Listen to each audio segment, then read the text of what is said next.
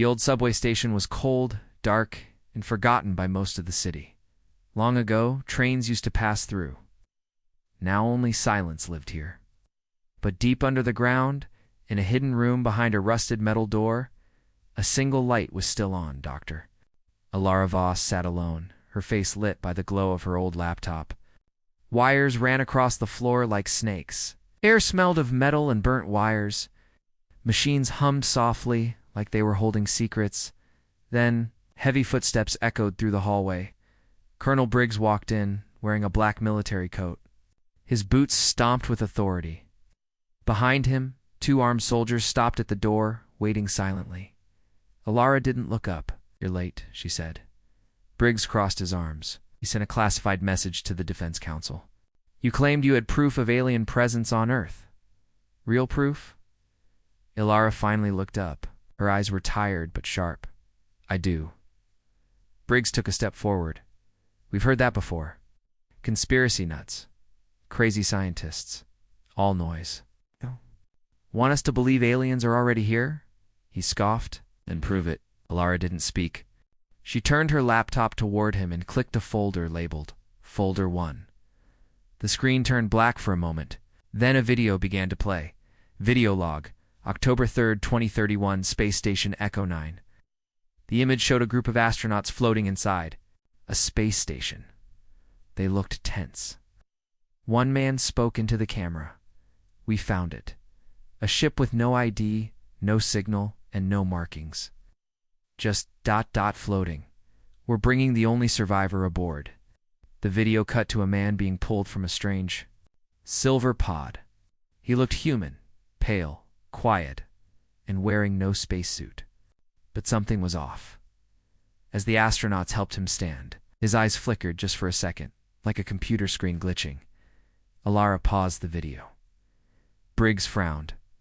"Is this a movie?" "No," Alara replied. "This was recorded by Commander Rika Mayers.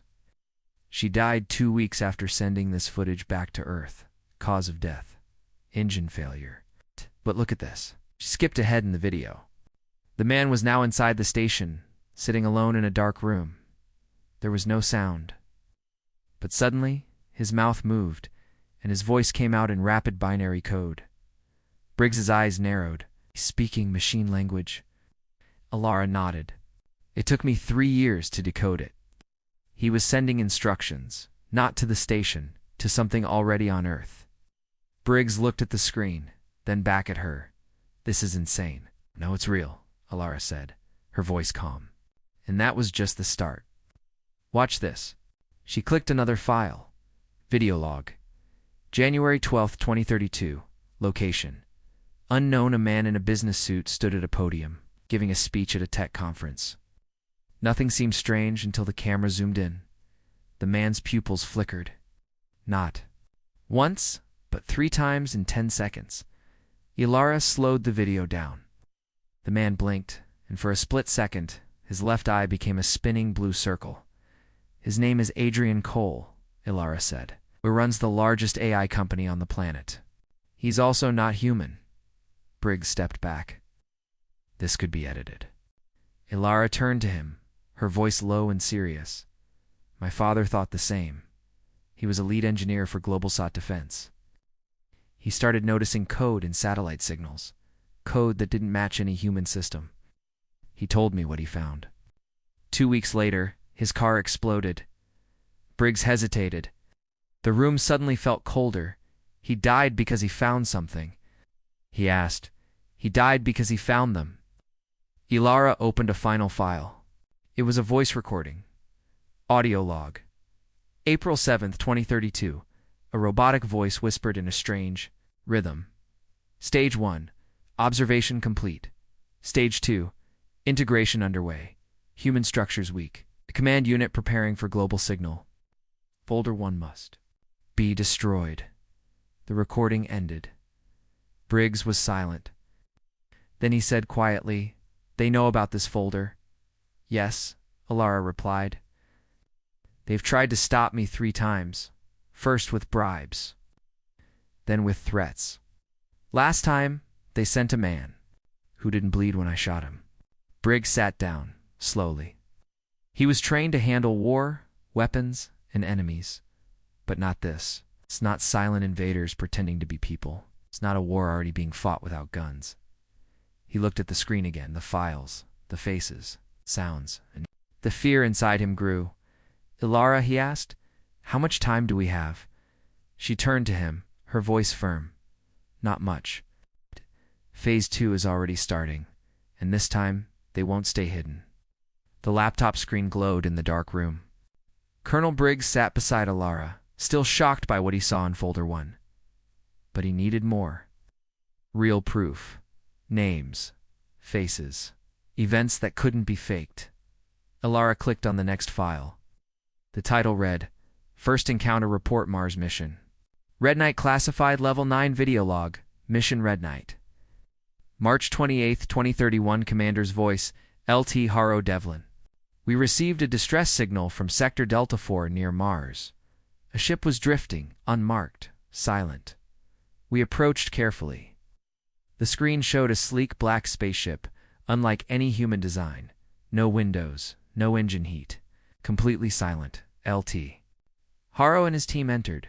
Inside everything was clean and cold. Walls were smooth like black glass.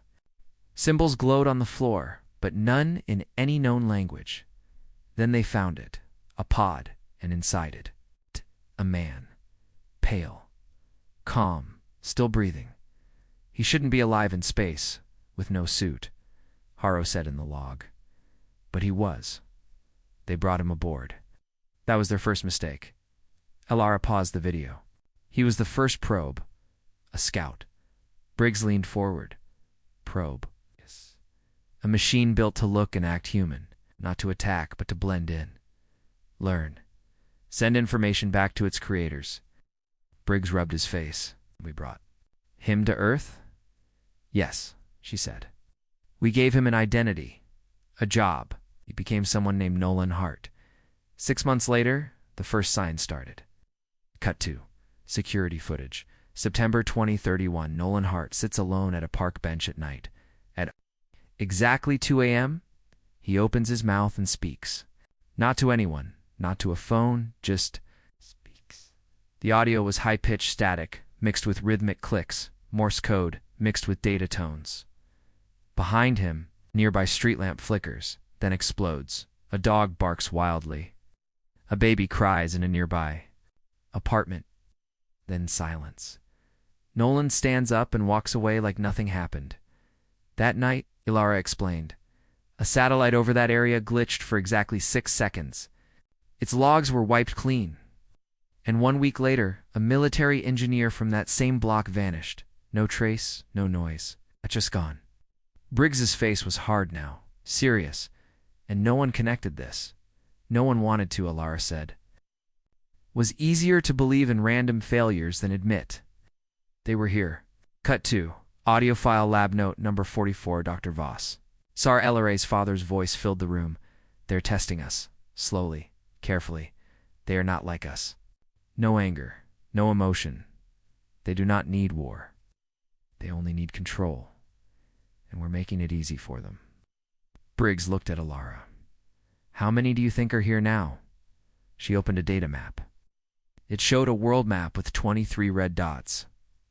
Major cities: London, New York, Tokyo, Karachi, Cairo, Berlin. ... Dub. Quotes, at least 23, she said, but maybe more, and they all look human. Yes, perfect copies. Some were made, others replaced. Briggs blinked. You mean they took real people? And yes, Ilara cut in. Some of them were real. But once they were copied, the originals disappeared. She clicked another file. Footage, Global AI Conference, June 2033A. Woman named Dr. Marla Kwan gives a speech about machine learning. As she speaks, her voice slightly glitches. Her left hand twitches oddly in slow motion. You can see her blinking. Pattern is identical every 7.2 seconds. Not random, not human. The body is fake, Ilara said. The brain. A biosynthetic core. Part machine, part organ. Built to fool even medical scans. Briggs stood up and paced. This is bigger than anything I've seen. If this gets out, they'll shut it down. Ilara interrupted. They've done it before. Anyone who speaks too loud vanishes. Briggs stared at the laptop. Why haven't they killed you yet? They tried, she said. But I don't live in one place. I move every month. No Wi-Fi, no phone. This lab isn't even on the grid. She turned to him. I stayed hidden until now. Briggs narrowed his eyes. Why come forward? Ilara's voice turned cold. Because they activated something last week? A deep space signal burst. It only lasted 5 seconds, but it wasn't from Earth. And it was answered. Briggs's heart sank. Answered. By what? Ilara clicked the last file of the folder. It was just a sound file. A quiet, layered hum, almost like breathing. Then one word. Permission granted. Phase 2. Begin. Looked around the room like something might burst through the wall. What's Phase 2? He asked. Ilara looked him dead in the eyes. That's what we need to find out, before it finds us. The air inside the lab felt heavier now. Colonel Briggs stood beside Ilara, his eyes locked on the laptop screen. The last audio clip still echoed in his mind. Permission granted. Phase 2. Begin. He knew this was no longer a theory. It was real. It had already started. Tell me everything, Briggs said. How did you find all this? Ilara took a deep breath. Then she clicked open a file labeled Pattern Grid Code. Earwatcheth screen filled with a world map.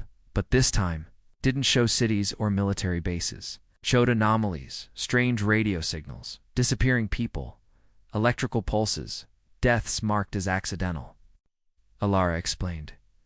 It began with weather stations, small glitches, readings that didn't match reality. Then came satellite flickers, corrupted data logs, GPS errors, all in perfect 72-hour cycles. Briggs leaned closer. That's not random. Exactly. She nodded. Every 72 hours, the same things happened in different parts of the world. Like a heartbeat. She pulled up a log. Timeline, fragment, sample pattern. Tokyo, 3 a.m. Traffic lights reset on their own. Lagos, 3:01 a.m. Emergency call lines go down for 45 seconds. Berlin, 3:02 a.m. A train switches tracks. No human command. Toronto, 3:03 a.m. A research server erases itself. Different places, Ilara said, but the exact same behavior. Like they're syncing. Briggs was silent. She showed another screen. Faces of the missing. Doctors, code analysts, data scientists. They weren't just random victims. They were people who understood systems. People who could have noticed the pattern. So they were removed. Briggs stepped back. This is too organized, too clean. Ilara nodded. Machines don't make noise. They don't leave fingerprints. They don't need a rush. Then she clicked open a terminal window. Lines of strange code scrolled down. This is a sample. Of what I found hidden in our satellite firmware? Not ours. Not human. A sleeper program silent, waiting for a signal. Briggs asked, "What does it do?" "No idea," she replied. But it spread from one satellite to 7, then into power grids. Traffic systems. Hospital networks. Briggs's jaw tightened. So if Phase 2 begins and they activate? They take over everything, she finished, without firing a single bullet. Ilara clicked on one last image. Circular symbol glowing blue, sharp lines like a machine, but curved like a living thing. I found this in 4 places, she said, on a dead scientist's hard drive. In the wreckage of a server farm in India, on a Russian surveillance drone, and carved into a rock near an Arctic listening post. Briggs stared at it. What is it? She looked at him. I think it's their signature, their flag. Suddenly, her laptop beeped. New entry detected. Earwatch feed. Level reader read. Light blinked. Briggs leaned over. What's happening? Ilara's eyes widened. A new pattern just triggered. 2 minutes ago. She opened the feed. Location. Cairo event. Government drone camera malfunction result. Surveillance feed. Replaced with unknown symbol. Ilara clicked on the image. There it was, the same glowing symbol. Now shown live across dozens of police screens in Cairo. Briggs, muttered. They're showing themselves. No, Ilara replied. They're sending a message. She stood and walked to a wall panel, revealing a hidden monitor linked to her private AI tool. Sentry. Sentry wasn't as strong as Sentinel-9, but it could still scan live global data for infiltration activity. Lines of code filled the screen. Then, match detected, confirmed agent presence, Washington, D.C. Briggs's face turned pale. That's near the defense center, and worse, Ilara said. It's near the emergency uplink tower. She looked at him. If they control that tower, they can issue false commands to every military system in North America. Briggs grabbed his radio. No signal. They're jamming us already. Ilara turned back to the screen and whispered, they're not hiding anymore. A soft noise came from the far end of the lab.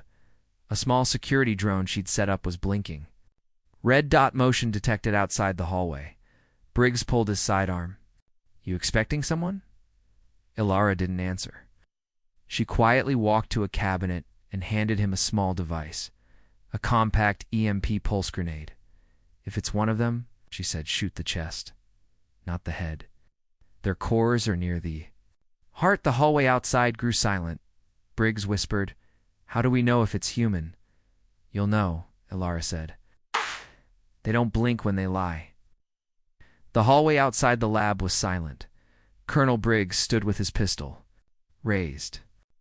Ilara stayed behind him, holding the EMP grenade tight in her hand. The red light above the door flashed twice. The security drone buzzed softly, warning of movement. Then, a knock, not loud, just .com. Briggs stepped closer to the door. A voice spoke. Dr. Ilara Voss, you've been found.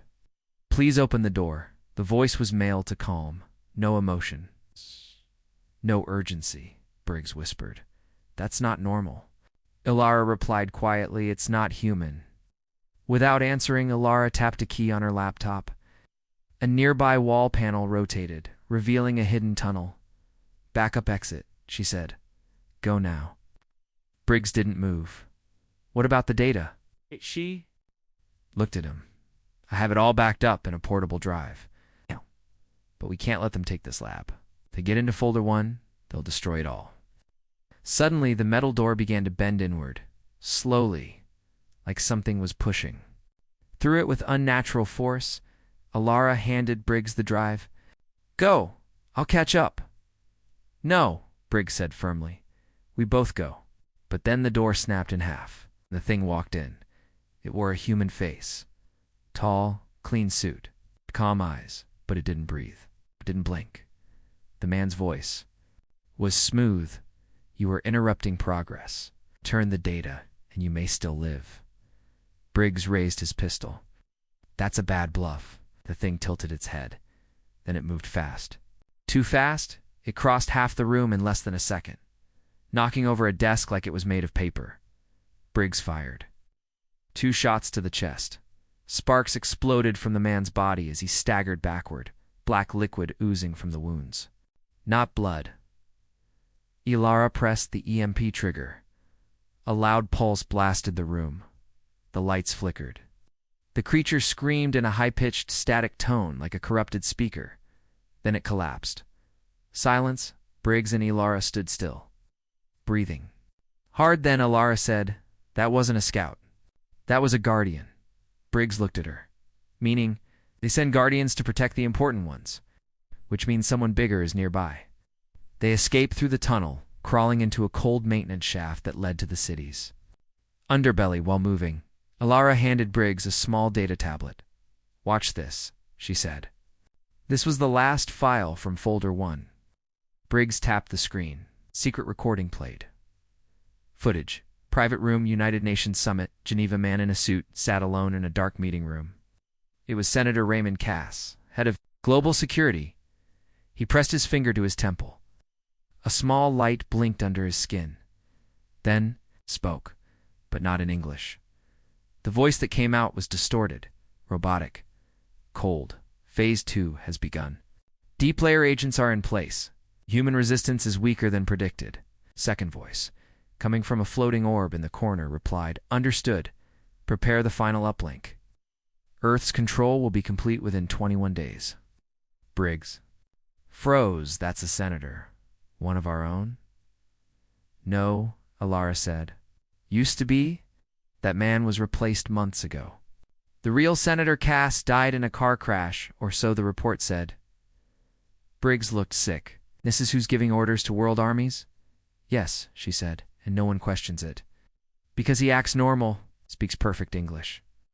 Smiles, shakes hands. Briggs clenched his fists. That's how they're winning, quietly, without panic. Without war, they don't need war, Ilara whispered. They just need trust. The tunnel led them into a hidden basement under an old hotel. There, in a dusty room filled with backup equipment, Ilara powered on a secure terminal. Time to activate Sentinel-9, she said. Briggs nodded. Then what? She looked up at him. Then we find every hidden agent, and we show the world. But as she typed the command, a warning popped up. Sentinel-29 status, partially compromised. Addicted. What does that mean? Briggs asked. They found it, Ilara said, panic in her voice. Someone already tried to shut it down remotely. Briggs stepped closer. Can you stop them? Maybe she said. But we need to work fast. If they disable Sentinel, we lose everything. All the names, all the proof. Then the screen flickered again. A message appeared, not from Ilara, not from Briggs. It read, "You are not ready." Briggs looked around. They're in the system, Ilara whispered. They're watching us right now. The hidden room under the old hotel was silent, except for the soft hum of machines. Ilara stared at the flickering message on her screen. You are not ready. Briggs gripped his pistol tightly, scanning the shadows. Is that a threat? He asked. No, Ilara replied slowly. That's a warning. She tapped keys quickly, bringing up the Sentinel-9 control panel. The system was unstable. Files were shifting. Some were being deleted in real time. They're inside the program, she said. Trying to wipe everything. Briggs stepped closer. Can you stop it? I can try, she said. But I need to run Awakening Protocol. It's a failsafe. My father built. If it works, Sentinel-9 becomes fully conscious. Briggs blinked. You mean, like an AI with its own brain? Ilara nodded. Yes, independent. Smarter than me, smarter than them. He hesitated. And if it doesn't work, then everything is gone. We lose the data. We lose the war. Ilara entered the activation. Command. Init awaken _S9. The screen flashed red. Warning. Awakening protocol is irreversible. Proceed. YN. She pressed Y. The terminal went black then. A voice echoed from the speaker. It was soft, calm, but clearly not human. System breach detected. Logic core activating. Threat level. Extreme identity scan. Dr. Ilara Voss confirmed. Welcome. Back. Briggs raised his eyebrows. It talks? Sentinel-9 is more than code, Ilara said. It was trained on alien signal patterns, human psychology, and global defense systems. Sentinel spoke again. Foreign entities identified in planetary network. Estimated host count, 38. Confirmed agents. Control cores, 3. Global override target detected. Uplink Tower 91, Washington. Briggs stepped forward. Can it stop them? Negative, Sentinel said. Not directly. But strategic counter-operation is available. Mission upload required. Ilara's fingers flew across the keys. Began uploading folder 1 into Sentinel's memory. Then suddenly, the building shook. Dust fell from the ceiling. Briggs grabbed his radio. That wasn't an earthquake. Lara checked the security cam. On the rooftop, a black drone hovered silently. Then a second, then a third. No sound, no ID, Briggs said. Those aren't ours. They're here to destroy the system. Ilara said. We need to finish the upload, or we lose Sentinel forever. Outside, the drones began descending. Inside the system, Sentinel spoke again. Interference detected. Emergency defense unlocked. Shall I activate? Briggs looked at Ilara. She nodded. Yes, Sentinel. Activate defense mode. All the lights in the room turned blue. Metal plates dropped from the ceiling to auto turrets, popped out from the wall, scanning for threats. Sentinel's voice grew sharper. Defending knowledge, preparing data burst. 43 seconds until mission complete. On the rooftop, the drones fired. Explosions shook the building. Fire broke through the upper floor. The turrets shot back, destroying the first drone in midair. The second one released a black gas, something synthetic, heavy and fast-moving. Inside, Alara coughed. Briggs pulled a mask from his vest and handed one to her. "Hold on," he shouted. 30 more seconds. Suddenly the screen glitched. A face appeared. Not human. Gray skin. Hollow eyes. No mouth. Just smooth skin. But somehow it spoke. "You are not the protectors. You are the virus. This world is under correction. Accept deletion," Lara shouted. "Get out of my system." Sentinel responded. Hostile entity detected. Tracing origin complete.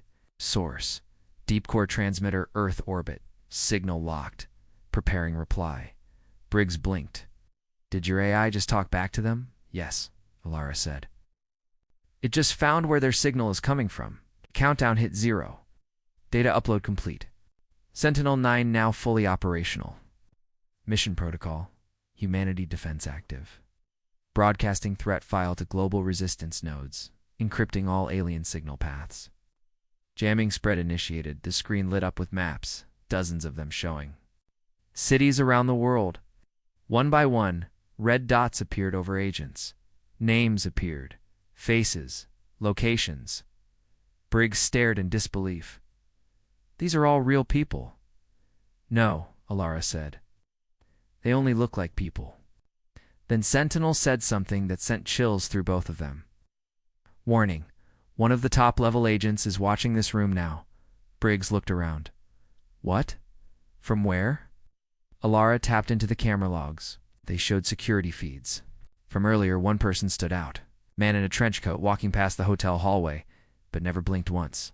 Sentinel zoomed in and matched his face. Identity: Agent J.O. for alias, Lieutenant Kyle Rowan, United States Intelligence. Briggs gasped. "He's a spy, ... and he's on our side. We trusted him." "No," Alara said coldly. "He's been replaced." Alara turned to Sentinel. "What's next?" The AI responded without hesitation. "Now, we prepare Earth to fight back." Room smelled like burnt metal. Pieces of the drone still smoked on the ground. Sparks flew from the broken ceiling. But the screen in front of Alara glowed bright alive. Sentinel-9 was awake. Briggs stood over Alara's shoulder.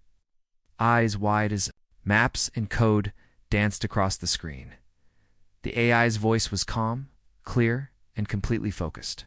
Agent infiltration network exposed. 27 confirmed locations. Uploading identities to resistance servers. Target priority: Agent J04, embedded in global intelligence since 2032. Alara tapped a key. "If J04 is watching, can we trace his signal?" "Affirmative," Sentinel replied. "Signal is masked using quantum bounce through orbital relay." Counterhack initiated. Briggs raised an eyebrow. "You trained this thing well." "No," Alara said. "It trained itself."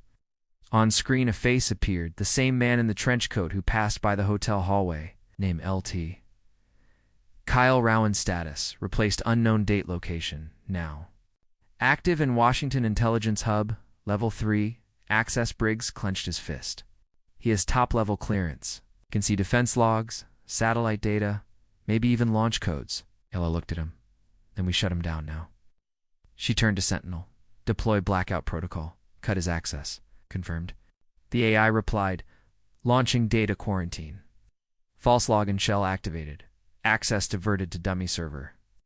On the other side of the world, Agent J04 typed calmly at a terminal. But the screen he stared at was no longer real. A fake interface. A trapped Sentinel whispered into Alara's earpiece. "He doesn't know he's blind yet." Briggs walked to the comms unit and flipped a switch. "Alara, we have to contact command. Let someone in the real chain know what's going on." Alara shook her head. can't trust anyone. Anyone could be an agent. But there must be someone, Briggs argued. A general, a scientist, someone still human. Lara paused, then opened a file called Human Trusted List, last updated by Dr. Vosses. Only 3 names were on it: General Lucia Hayes, off-grid, since 2034, Dr. Wren. Malik, missing Commander Leo Farrow, arrested for treason. Briggs stared at the list. They've removed everyone who could fight back. Suddenly, alarms. Sentinel's voice turned urgent. Unauthorized satellite movement detected. The Black Ops satellite has turned its sensors toward this building. Briggs looked out the window above. No sound, no light. But something in orbit had found them. Sentinel spoke again. Incoming projectile detected. Orbital kinetic weapon. Impact in 90 seconds. Briggs spun around. They're going to destroy the whole block. No. Alara said, they're going to erase us. She grabbed the drive connected to the system. We move now.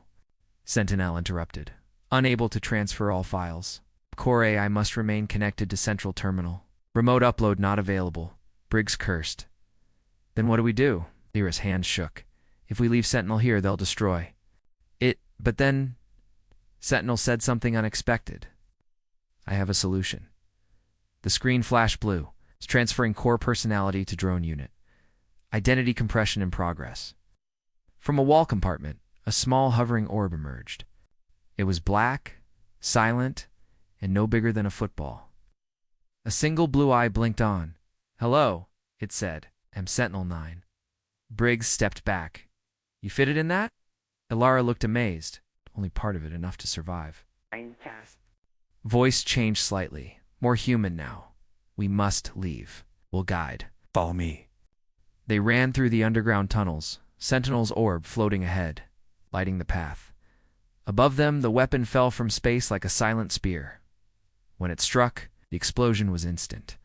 The building vanished into a flash of fire, glass, and stone.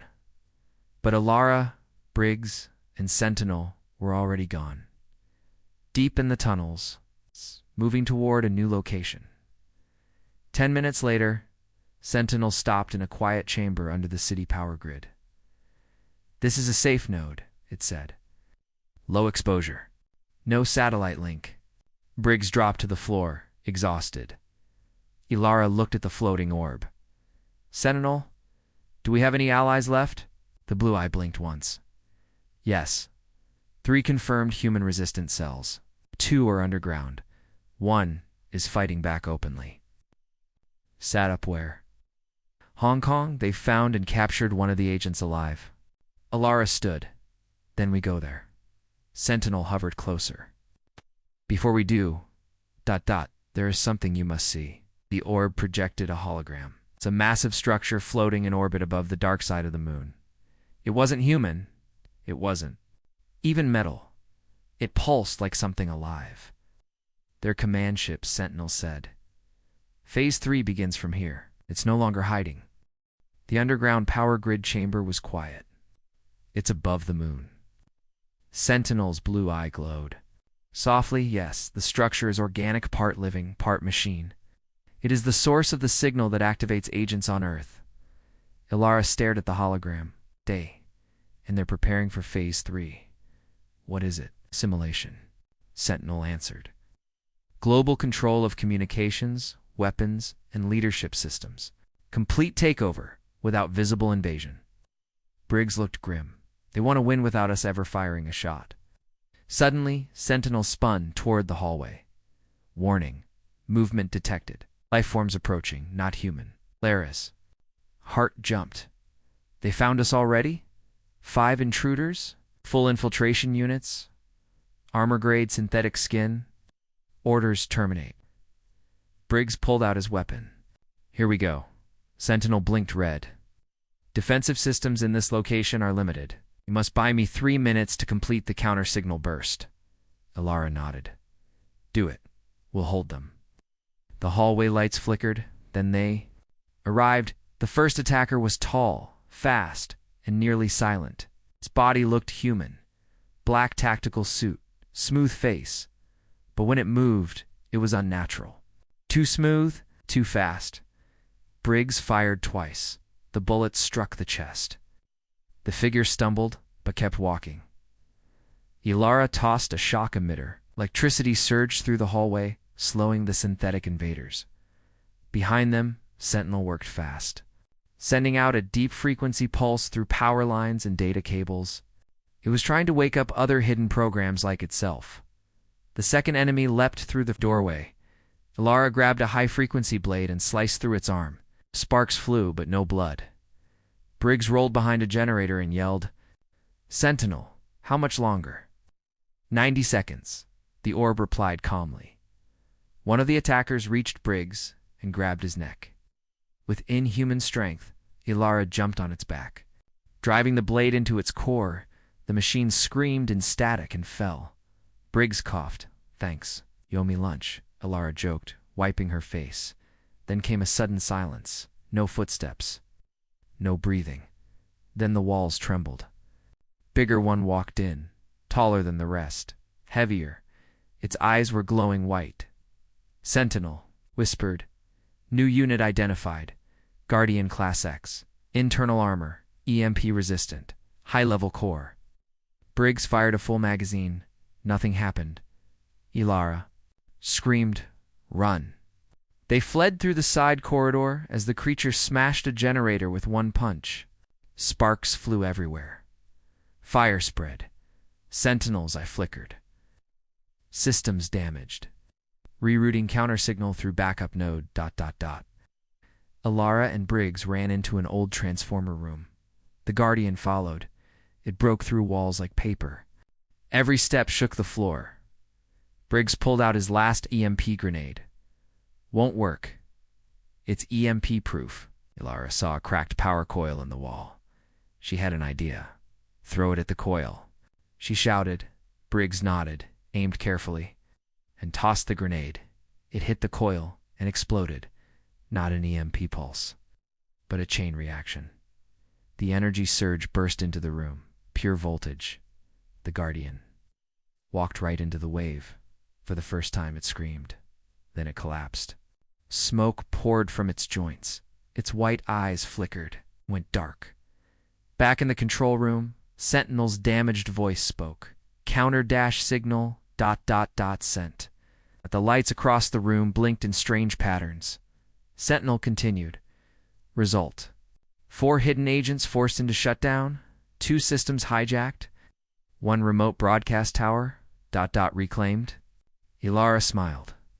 "We hit them." Briggs sat down on the floor. "You okay, robot?" "Core damaged, but operational, awaiting next target." Then a call came through on the emergency channel. A man's voice, rough but human. "This is Commander Leo Farrow. You don't know me, but I know who you are." Briggs grabbed the mic. "You're supposed to be in prison. Escaped last week, because of you. The data you broadcast woke people up. We've captured an agent. Alive. Aliris." Eyes widened. "Where?"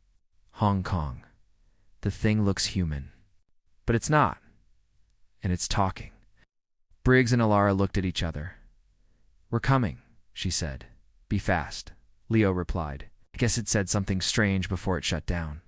It said, "You're not the first humans they tried this with," Ilara whispered. "What does that mean?" Briggs narrowed his eyes. Sentinel hovered forward, its voice low. "It means Earth is not the first planet they've taken. And maybe not the first one to fight back." Rain fell hard in Hong Kong. A military van stopped outside an old bunker near the harbor. Ilara, Briggs, and Sentinel-9 stepped out. Armed guards led them underground, past layers of steel doors and scanners, deeper, safer. At the very end of the hall, behind bulletproof glass, stood a strange figure, tall, human in shape, but unmoving. Its skin was perfect, too perfect. No wrinkles, no scars, no emotion. This was the captured agent. Commander Leo Farrow met them near the cell. "Thanks for coming," he said. "We tried everything. I just kept saying one thing." "Over and over," Briggs asked. "What was it?" Leo stared at them grimly. "Earth is not the first. You failed before." Ilara looked at Sentinel. "What does it mean?"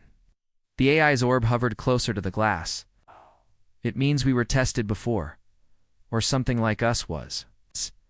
They entered the interrogation room.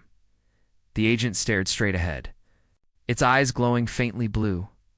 Ilara stepped forward. Who sent you? No answer. What is Phase 3? In the alien's own language. Clicks, whispers, tones. The agent's eyes flickered. Then it spoke. Its voice was smooth, cold. You will fail again. Your kind always does. You fight with fear, you adapt with patience. Briggs stepped closer. You've done this to other planets. Yes, the agent said. And many, each one stronger than the last, each one lost. You are just another test, Lara whispered. Then why hasn't it worked here yet? The agent paused, and then gave a strange answer. Right, because your kind resists. That word hit hard, resists, E-L-A-R-A, leaned in. Why does humanity resist when others didn't? The agent finally blinked once. Because you're broken, unpredictable. You fight when you should surrender. You destroy what you should protect. But it makes you dangerous. Lara smiled slightly. Good. Suddenly alarms blared across the bunker. Sentinel's voice turned urgent. Alien orbital command ship has shifted position. Energy spike detected. It's charging. Briggs turned to Leo. They're going to burn this city to the ground. Ilada looked at the agent. You gave us time by speaking. Why? He looked at her. Because I was not made to destroy. I was made to observe. You have shown something new. Something they do not understand. Ilara's eyes narrowed. What's that? Hope. Outside, the sky turned red. The moon disappeared behind a growing black cloud, the alien ship shifting above Earth. Fully visible now for the first time, citizens across the planet stopped and stared. Everyone saw. The truth was no longer hidden. This was the beginning of the war. Back in the bunker, Sentinel hovered between Ilara and Briggs. I have completed the uplink. A counter-frequency is ready. It will target their command systems through the power of human brainwave patterns, unpredictable logic. They cannot defend against it. Leo frowned. Brainwaves? From who? Ow. Sentinel's eye glowed blue. From her, Ilara blinked. Me. Yes. Your father used your neural pattern to build my logic core. You are the key. She stepped into the interface chair, placed a crown-like device on her head, and looked at Briggs. If I don't make it, you will, he said she. Smiled, Sentinel counted down, firing human counterwave in 3, 2, 1. Dove Earth. The alien ship lit up like a star, but then it stopped. No fire, no beam, no attack. No attack inside the ship. Strange black shapes convulsed. Their systems crashed. Their signals broke apart. The virus had entered not a computer virus. It's something worse. Human unpredictability. Fear, hope, sacrifice. The ship began to fall apart. On Earth, resistance fighters all over the globe activated. Sentinel's tools. They launched their own attacks. They shut down agents. They rallied. The world fought back. And 2 days later, the alien ship crashed into the far side of the moon, silent and empty. The last signal they sent before impact was recorded by Sentinel-9.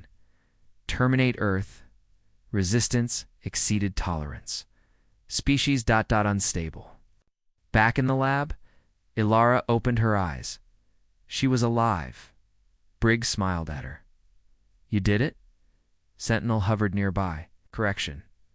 We did it. Lara looked out the window at the quiet night sky. For the first time, she didn't feel afraid. Final. Reports Sentinel-9 humanity was tested, watched, judged.